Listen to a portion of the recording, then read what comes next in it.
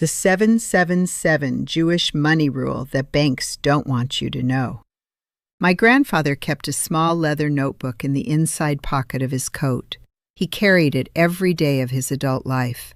I never saw him open it in public, but on Friday evenings before the candles were lit, he would sit at the kitchen table alone for exactly 20 minutes, open that notebook, and write in it with a black pen.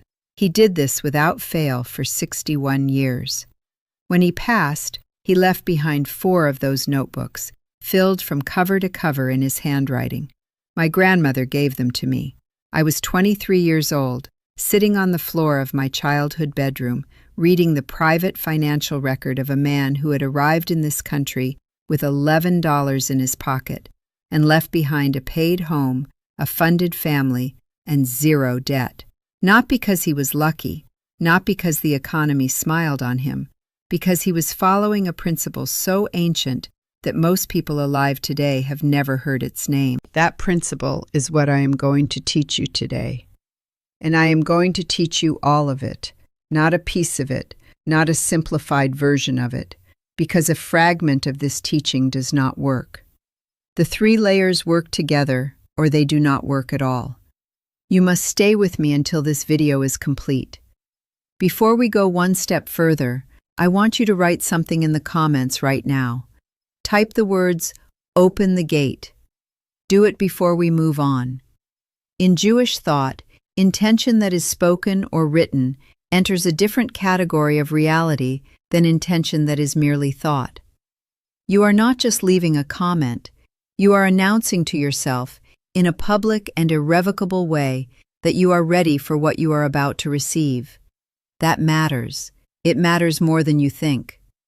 I have been a student and teacher of ancient Jewish financial wisdom for 32 years. My lineage runs through my grandfather, through his teacher in Warsaw before the war, and through a tradition of practical Kabbalistic teaching that was never designed for mass publication. It was passed person to person, family to family, because the teachers who held it understood that this knowledge is not neutral. When you apply it, things move, and if you are not prepared for things to move, that can be as disorienting as it is welcome. So I am going to prepare you. Every step of the way, I am going to tell you not just what to do, but why, and what to expect when you do it. Because the moment of doubt, and there will be one, is precisely the moment this teaching requires your commitment most. Here is what I know about where you are right now. You are not idle. You are not passive.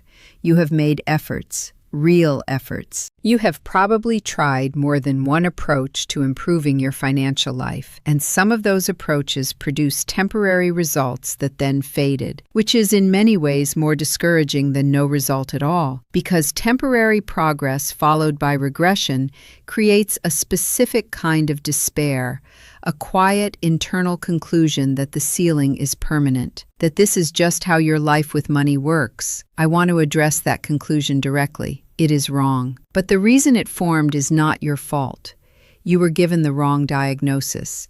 You were told this is a math problem. It is not a math problem. It is a pattern problem.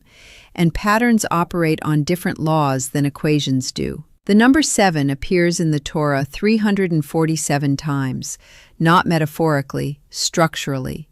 The 7th day, the 7th year, the 7 branches of the menorah, the 7 species of the land, the 7 weeks between Passover and Shavuot. The ancient teachers did not believe in coincidence, and when a number is embedded into the architecture of creation itself, they paid attention to it. They asked, what is this number teaching us about how reality operates? What they discovered, and what has been tested and refined and transmitted across more than 3,000 years, is that 7 is the number of completion, not of ending, but of completion. A cycle of 7 is the smallest unit of time in which a pattern can be fully expressed, examined, and either reinforced or changed. This is not numerology in the popular sense. It is observational wisdom about the rhythm of human behavior and the way energy moves through a life. The 7-7-7 principle applies this rhythm to 3 specific domains of your financial existence simultaneously. And when all three are aligned, when all three cycles are running in parallel, something unlocks that no single financial technique can touch.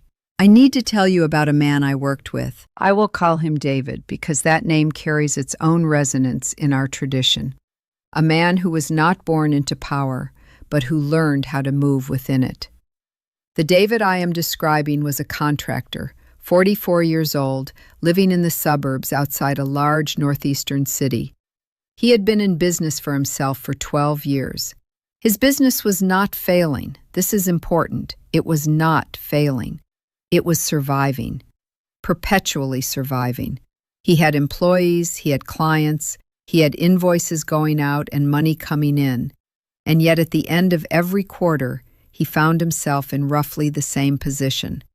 The business consumed what it earned. There was never a surplus that held. He had taken courses. He had hired a financial advisor for 2 years who gave him spreadsheets and projections that somehow never matched reality. He had read books. He came to me in January of a particularly difficult year, and he sat down and said, "I feel like I am running on a treadmill that is set to exactly the speed I can manage. The moment I try to go faster, the speed increases." I recognize that description immediately. It is one of the most precise descriptions of a blocked financial pattern that I have ever heard. The treadmill image is exactly right. The system was self-regulating, keeping him exactly where he was. I introduced David to the 777 principle in stages. He was a practical man. He needed the logic before the practice, and I respected that. By the end of the second week of the first layer, something happened that he did not expect. He told me he found himself crying while writing in his weekly accounting. Not about money, about a decision he had made 8 years earlier that he had never fully grieved. A business partnership that had ended badly. He had buried that experience and moved forward, and it was still sitting in his financial body like a stone. That is how blocked patterns work. They are almost never purely financial. By the 8th week, David had his first genuine surplus quarter in 12 years. Not enormous, not life-changing in one stroke, but a surplus that held, that did not disappear into an emergency or an unexpected cost. He called it a miracle. I told him it was not a miracle. It was the result of removing an obstruction. What was already trying to reach him finally had a clear path. The first layer of the 777 principle is the 7-day witness. I use the word witness deliberately because most people approach their finances with either anxiety or avoidance, and neither of those is useful.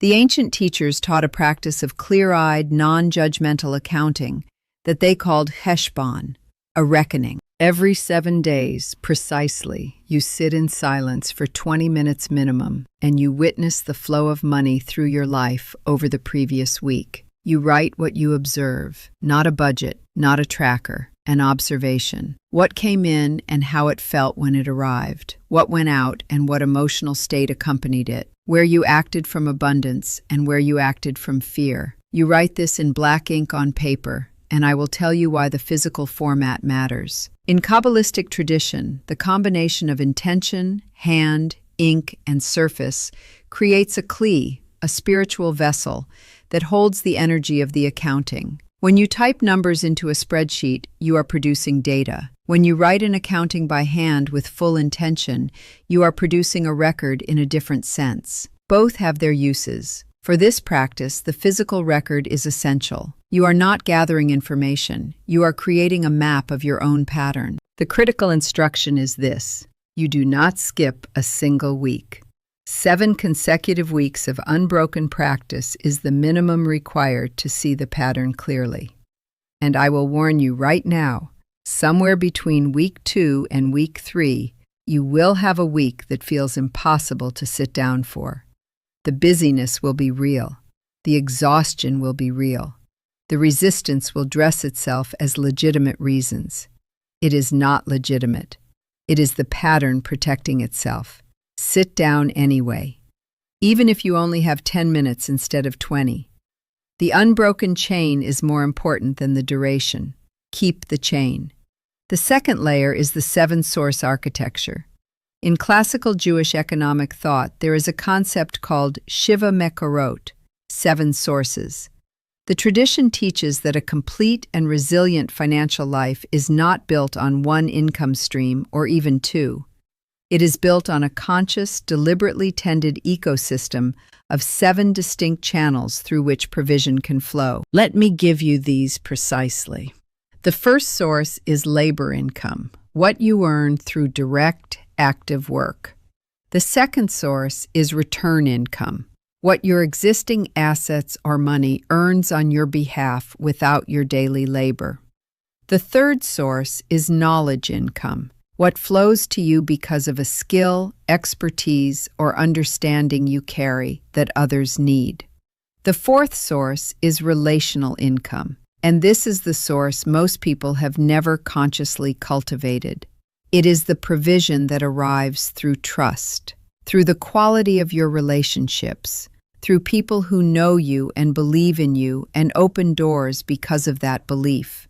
The ancient teachers considered this a primary source, equal in dignity to earned income, because they understood that human trust is a form of capital that operates by its own laws and compounds over time more reliably than money itself. The fifth source is restored income, what is owed to you, what was lost, what is unclaimed, what was yours but has not yet returned. Many people have dormant resources in this category that they have mentally written off. The practice of the fifth source is the practice of calling back what is yours, methodically, without grasping, with the clear expectation that what belongs to you will return when you create the conditions for it. The sixth source is giving income. I understand how this sounds to a rational mind, but I ask you to hold the explanation before you dismiss the principle. The tradition teaches, and I have watched this operate in real lives across 3 decades of practice, that the act of giving money with full intention and genuine generosity activates a specific channel of return that no other practice opens. The word tzedakah is often translated as charity, but its root is tzedek, justice. Giving is not generosity in the sentimental sense. It is justice. It is the acknowledgement that the provision flowing through your life is larger than you, and that your role as a vessel includes being a channel, not a reservoir. What I have observed is that people who give consistently, even small amounts given with full consciousness, tend to experience an expansion in their fourth and fifth sources in particular. The relational doors open, the restored resources return. This is not magic, it is the law of the open vessel. The seventh source is creative income, what flows from your original ideas, your imagination, your unique perception of the world. For most people, this source is either closed entirely or barely trickling, not because they lack creativity, but because they were never told it was real.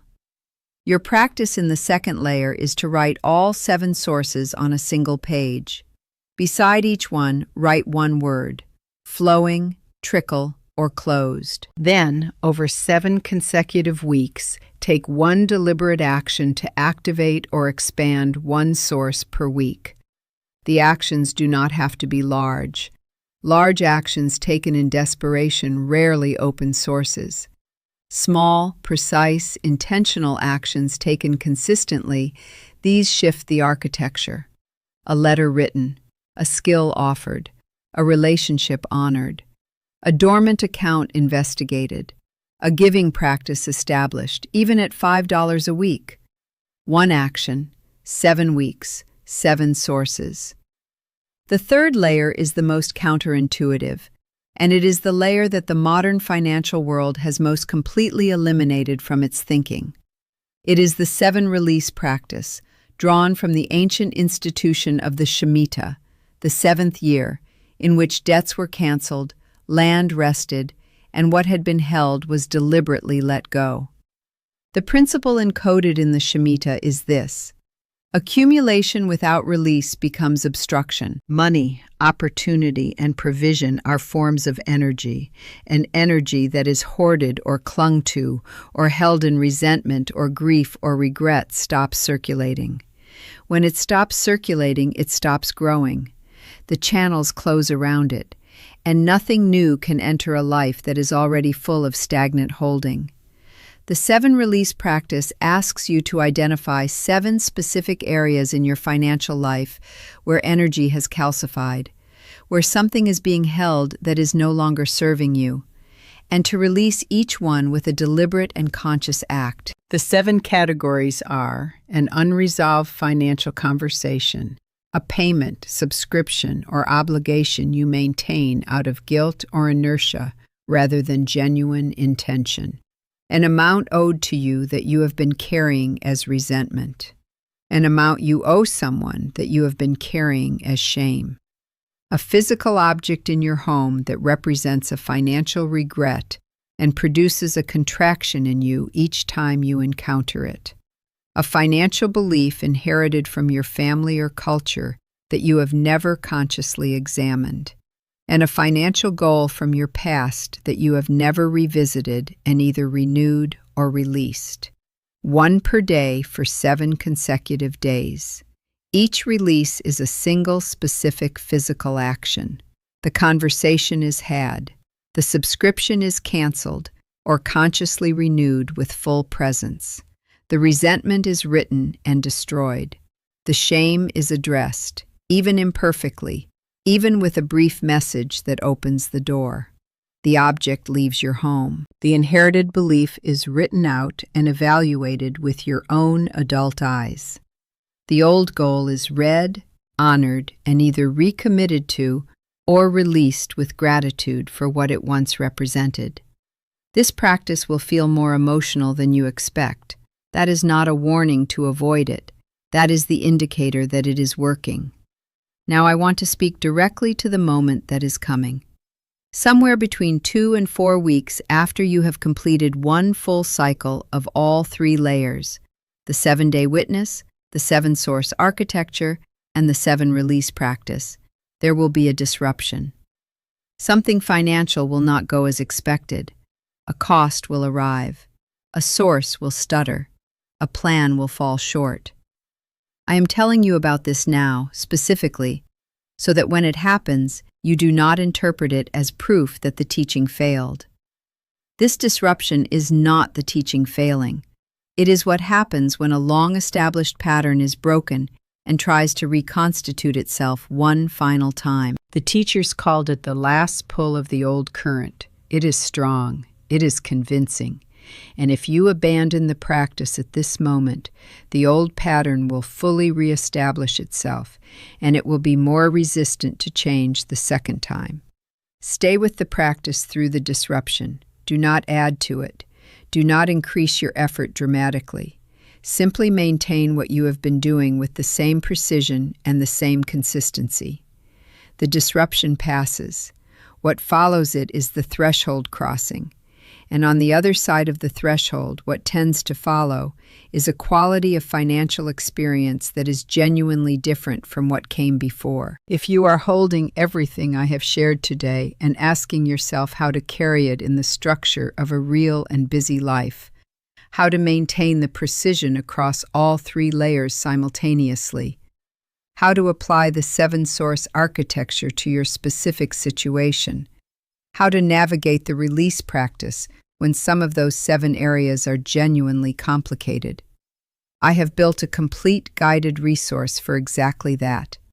It is a workbook and companion audio series that walks through every element of the 777 principle with daily practice prompts, a structured 7-source assessment tailored to where you are right now, and full guidance for the release practice, including how to handle the categories that carry the most weight. The link is in the description below this video. If today's teaching reached you, that resource is how you move from understanding to application with the structure that holds the practice in place. I have 3 things to ask before the blessing. First, tell me in the comments which of the 3 layers surprised you most today: the witness, the architecture, or the release. Name it. Your answer helps me understand where the greatest gap in this teaching is for the people watching, and it helps me serve you better in everything that follows. Second, this channel is where I release teachings that do not exist anywhere else in this format. Ancient wisdom made practical for a real financial life. If you are not subscribed, press the button below this video. Do it now, before you leave this page, so that what is coming reaches you when it is released. Third, if someone came to mind while you were watching this, someone who is quietly exhausted by a financial ceiling that will not move, press the like button as an act on their behalf. You may not be able to send this to them directly, but your like tells the platform this teaching belongs in front of more people, and it will find the ones who need it. That is how wisdom spreads in the world we live in now. You become part of the channel. May the patterns that have limited you begin to show their edges so that you can finally see them for what they are. May the 7 sources of your life open one by one in the order and the timing that is right for you. May what you release this week make room for what has been trying to reach you for a very long time. You came to this teaching at the right moment. There is no other kind. Go in peace. Shalom.